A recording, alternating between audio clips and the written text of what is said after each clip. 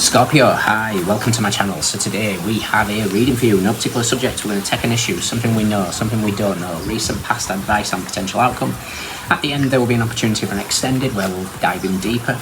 You can watch this for Scorpio, Sun, Moon, Rising, Venus, Mars, Mercury, North Node, or Vertex for that matter, or if any of those planets are currently transiting your 8th house, this could be for you. Thank you, however you support the channel, very much appreciated. Cross-watches, you're more than welcome, message may well be for you.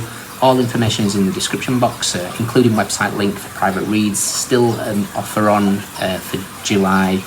I don't know how many's left. A couple of spaces, possibly next week. The code will be in the description box also if you are interested. So, Scorpio, what's going on? One more.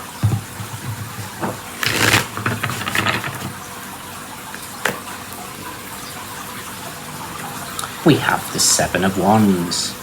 The Seven of Wands is Mars in Leo. Okay. It can be a card of protecting your energy. Leo rules your 10th house. And the biggest thing that's happening in the 10th house for you is Mercury's in Leo. In 2 days' time, goes retrograde. So this could be trying to maintain a sense of peace and tranquility during the chaos of Mercury retrograde. Like I say, 10th house, career, authority figures, reputation. These are all things where communication can be a bit blurred. So this could be, if you're in a heat of the moment, back to the breath. Interesting. What do we know? What don't we know? Recent past.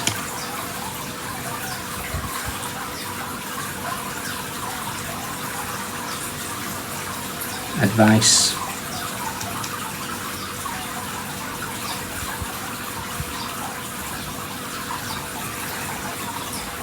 And potential outcome. Okay, so Mercury is at play.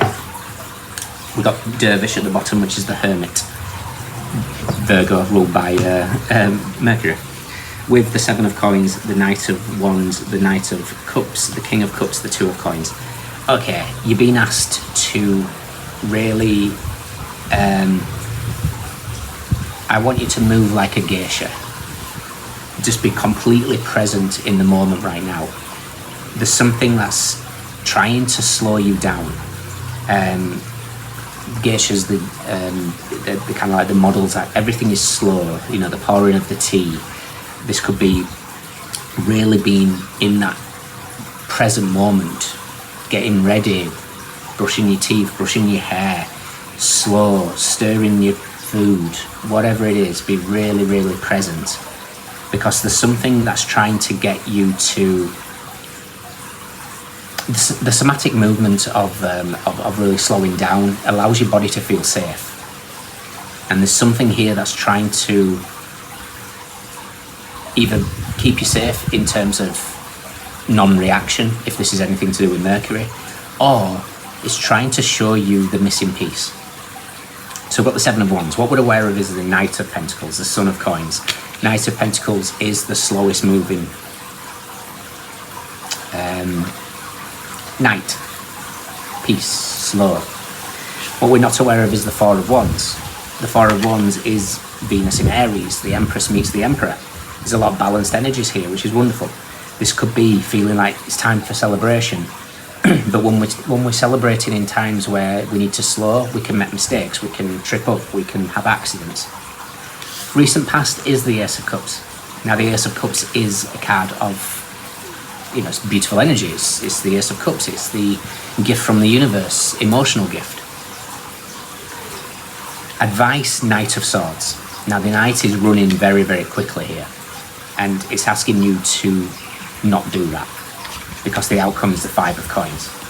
Now the Five of Coins is Mercury in Taurus. The Magician meets the Hierophant. And there's something here about just slowing your energy down so that we can work out what this is. Now, you know, the Hermit is here. The Hermit is clearly stating that you're on a spiritual path. You are looking within, healing what needs healing. Now, to remain balanced with this masculine and feminine energy of the Four of Wands, we need to look at the whole aspect. The four could be the four bodies: spiritual, emotional, physical, mental. This could be something that triggers you. What makes us reactive? I think we spoke last week about the 3 stages of Scorpio. You know, are you still the scorpion, where we react with a sting? Are you the eagle that keeps flying higher and the irritants just fall away because they can't breathe? Or are we the phoenix, where we get to recognize what needs burning and burn it and then rebirth? Where are you at that stage? There's something here like it's trying to get you to recognize what the missing piece is. So if we look at the 4 bodies, the physical, the mental, the spiritual, the emotional, it looks like you fix the emotional. We recognize why we behave in certain ways emotionally. If we look at the mental aspect, we know why something happens. We can see what has brought you to this emotional thing. Spiritually, you might understand there's a bigger picture to something. For me, there's something, especially with your outcome being the 5 of coins. Coins is physical. There's something connected to the physical aspect. Now, everything has layers. So, for example, the Knight of Swords acts angrily. So, if it's anger, it's stored in the liver. We might know the emotional reasons why this anger has stimulated us. We might be able to look at it from a higher perspective. We might be able to see a spiritual perspective. It still needs dealing with on the physical. So when we're in this mindfulness aspect, when we recognize what triggers us, we need to bring awareness to what the body's telling us. So again, if something triggers you, I know why. I know the emotional trigger. Now we need to react with what's happening in the body. The liver stores anger. We look to milk thistle, we will look to dandelion, we look to, qigong or tai chi to stimulate the meridians of the liver. All helps release. Obviously it's not going to be for everybody, the liver, but we look at other things. Is it grief? Grief is the lungs. We look at the lungs, herbs, mullein, breath work. In fact, interestingly, in this deck, the Hierophant is expansion of the breath, with the ribs really expanding. So Mercury in Taurus here, even though it's in Leo, but the Magician is telling you, look at your dealings with the 7th house. Taurus is your 7th house. And Hierophant in this deck is saying breath work. You know, there is going to be something happening during this retrograde period that's going to either have you trying to move too quickly, or stumble on your words, or somebody's going to say something wrong, it's going to get you reactive, I don't know. But you're just being asked to be mindful and be in the present moment. Move like a geisha. Okay? So let's check out where the Hierophant is. And the Magician.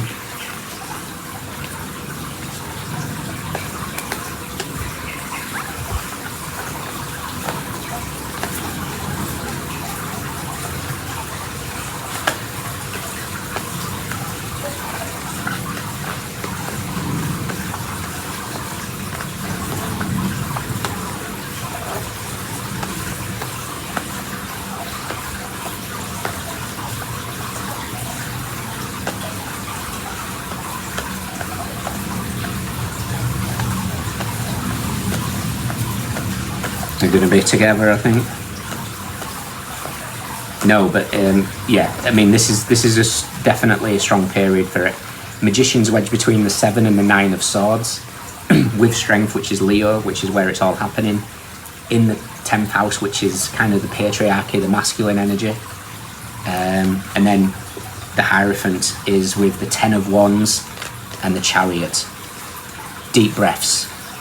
And what that's doing is bringing awareness to whatever the missing piece is in that 4-body thing. And at the end, there's your missing piece, the 3 of Pentacles. It's like you get to finish the tile, so to speak. Okay? 3 of Coins is Mars in Capricorn, which is the tower hits the devil. Now, there is, like I say, there's something here that's requiring you to really slow down.